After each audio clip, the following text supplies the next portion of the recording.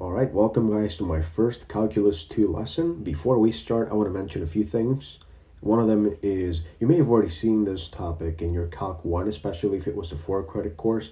Some of you have already been through that probably, but some of you, this could be the first time you ever see this. So that's why I chose to put this as the first lesson for this course, just for those who haven't seen it. If you've already seen it, this could be a great review for you, so it's going to be beneficial for all of you guys. I'm going to try to make this as simple and as easy to understand so that everybody can benefit from this. Okay, another thing I wanted to mention is some of you may already seen this in algebra applications, because U substitution is a thing that they apply. For instance, if they have complicated algebra stuff we're dealing with, sometimes we can say U equals something, and then that allows us to view this new equation in a much easier way from like a new perspective, and then we're able to apply things like a quadratic formula, maybe even other properties that we otherwise wouldn't have been aware of, So this is going to be useful for more than one application. It's not just about calculus, but for us here,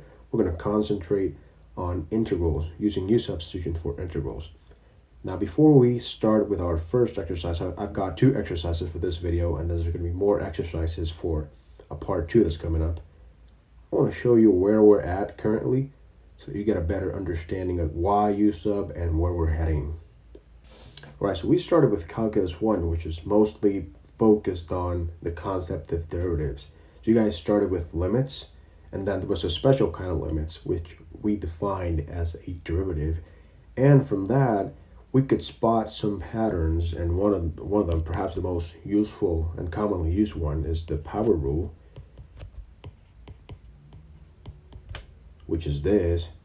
After that, we were given a sort of like a basic list of derivatives, such as derivatives for like the power rule, rules like when you're adding or subtracting stuff, the product rule, the quotient rule, derivatives of trig functions and inverse trig functions. And after that, you were given a set of new techniques in order to solve more complicated derivatives, such as implicit differentiation, logarithmic differentiation, and the infamous chain rule.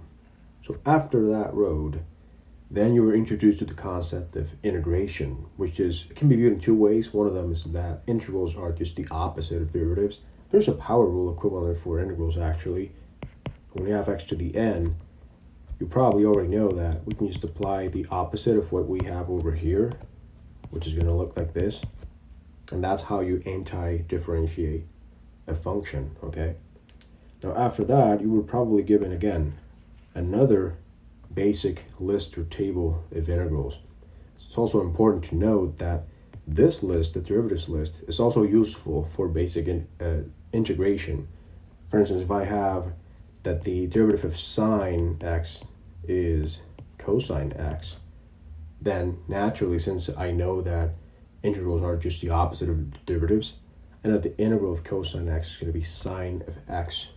There's an extra plus c that we have to add, but basically that's the concept, the idea. Now in this list, you may have had integrals that you wouldn't otherwise have seen in your derivative list, such as the integral of logarithms and the natural log, and like the integral of tangent and cosecant and things like that. Now after that, that's where we are heading in this course. We're going to start giving you a list of techniques for you to be able to solve more and more complicated integrals as you go. So it all starts with the U sub, which is the most commonly used and perhaps the most useful integration technique. After this, it's going to be just more and more techniques. We're going to cover all of those basic techniques in these lessons, and then the course just extends to other topics and such as applications of integration, and then we end up with like vectors and an intro to Calc 3. So we are at this point. So I assume that you already have all of this knowledge, or at least the basics, okay, for us to be able to be really good at here. All right, so with that said, let's begin with our first exercise. Awesome. So the integral of cosine x over sine squared x dx. Before even knowing what u sub was, you could be able to solve this integral. So I'm going to take this integral and solve it two ways, just to show you how useful u sub can be, but sometimes we don't even need to use it. We could also just integrate directly. So this is a great example of that. And then examples 2 and beyond, then you're not going to be able to integrate directly most of the times. Now, without knowing or using u sub, I could take this integrand and I could play with it in a few different ways. For instance, I have a sine squared here. I can apply the trig identity and say 1 minus cosine squared. But that's not going to be useful for this case. What I'm going to do is I'm going to split the signs. I'm going to have a cosine x over sine x times 1 over sine x. Notice that this is the cotangent of x. And this is going to be cosecant. Now, notice also that the derivative of cosecant is minus cosecant times cotangent. Right, so it looks similar. So I can say that the integral of cosine x over sine squared, which is the same thing as, I'm just going to rewrite it in case you're wondering, it's the same thing as the integral of cotangent x times cosecant x dx.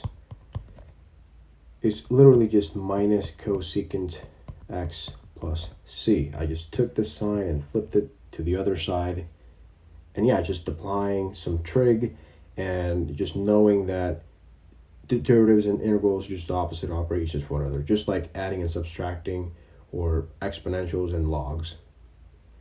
But now let's take a different approach. Let's begin using u sub, okay? So with the idea of u sub is you're taking a portion of, in this case, the integrand, you're setting it equal to u. In this case, we are with respect to x, right? We're differentiating with respect to x. All of our functions are with respect to x. We're going to move from, let's call it the x world, into the u world entirely. So we're going to rewrite or redefine our integral completely. And that hopefully, or it's supposed to make the integral way easier. You can just go ahead and integrate that directly from the u world. And then we go back to the x world and we're pretty much done. So that's the idea. So in order to do that, I'm going to need both a u and a du in order to redefine the entire integral and put it in the u world, okay? So I have a bunch of options for u. I have to pick u first, and then du is going to be the derivative of that. That's how we do it. So I could say, for instance, u equals just cosine x. I could also say u equals sine x. And what about sine squared? What about like cosine x over sine squared x, the whole thing? Or what about just cosine over sine? That last one's it's not going to work, so forget about it.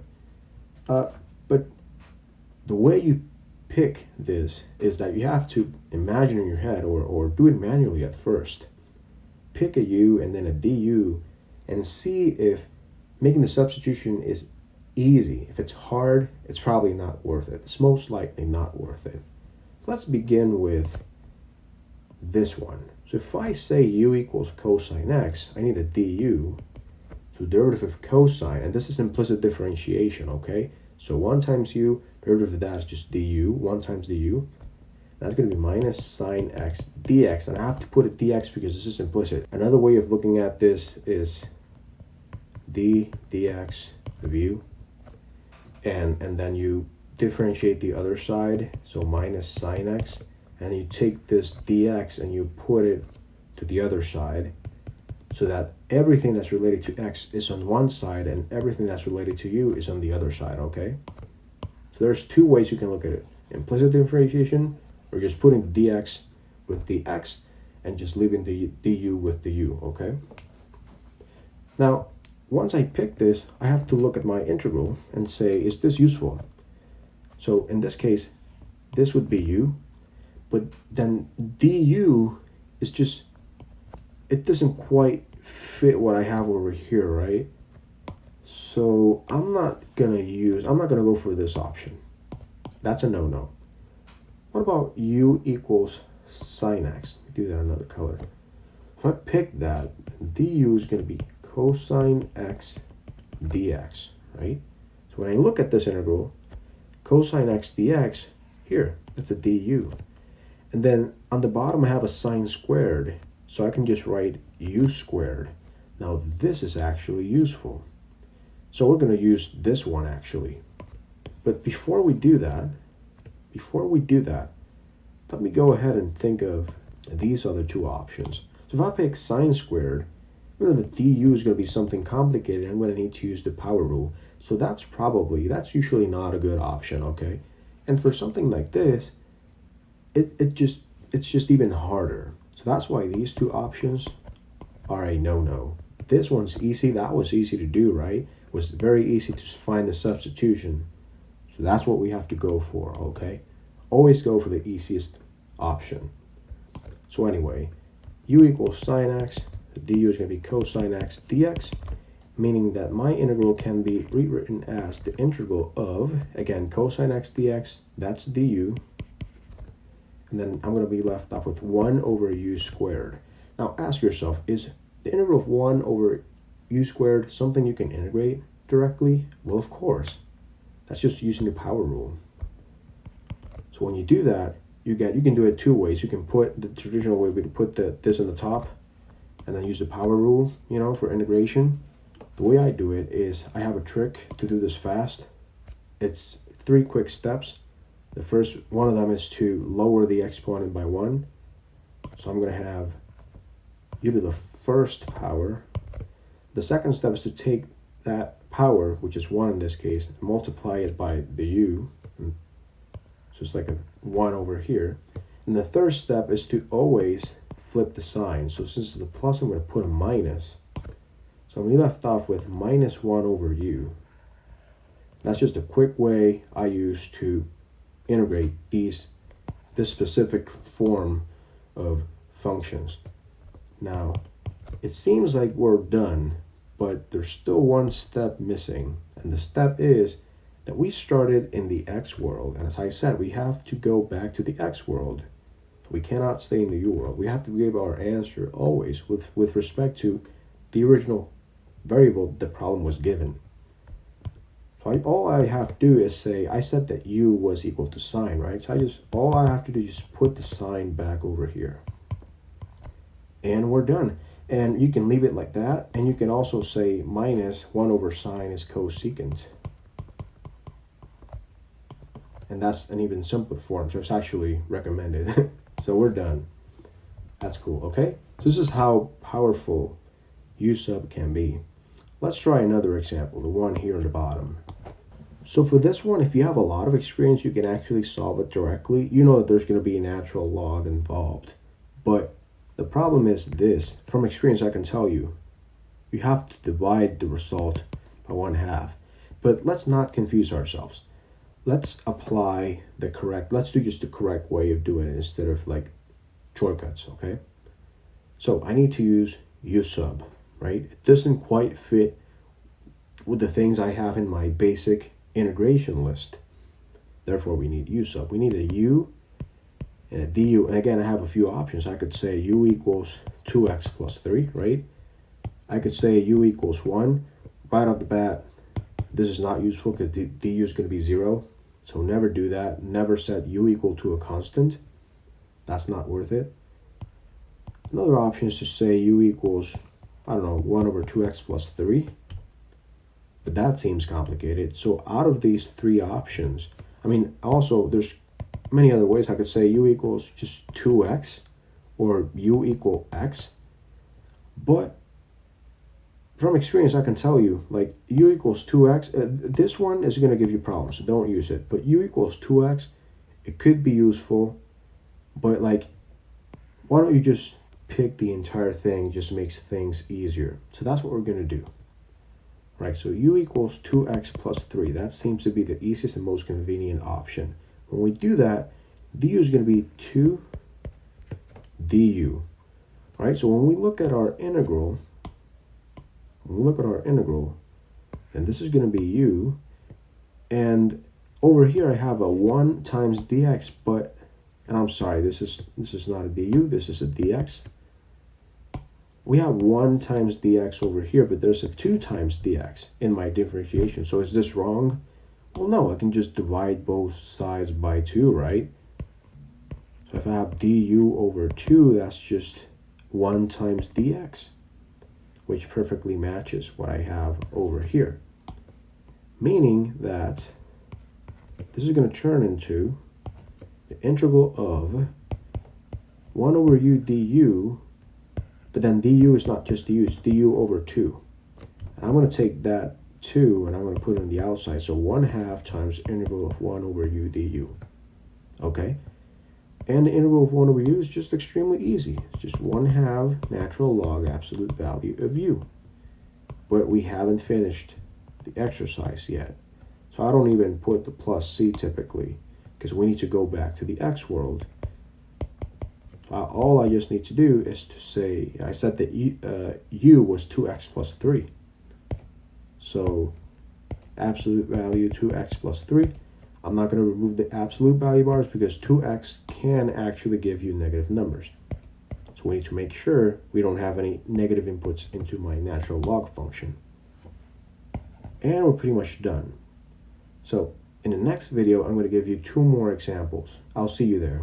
Bye.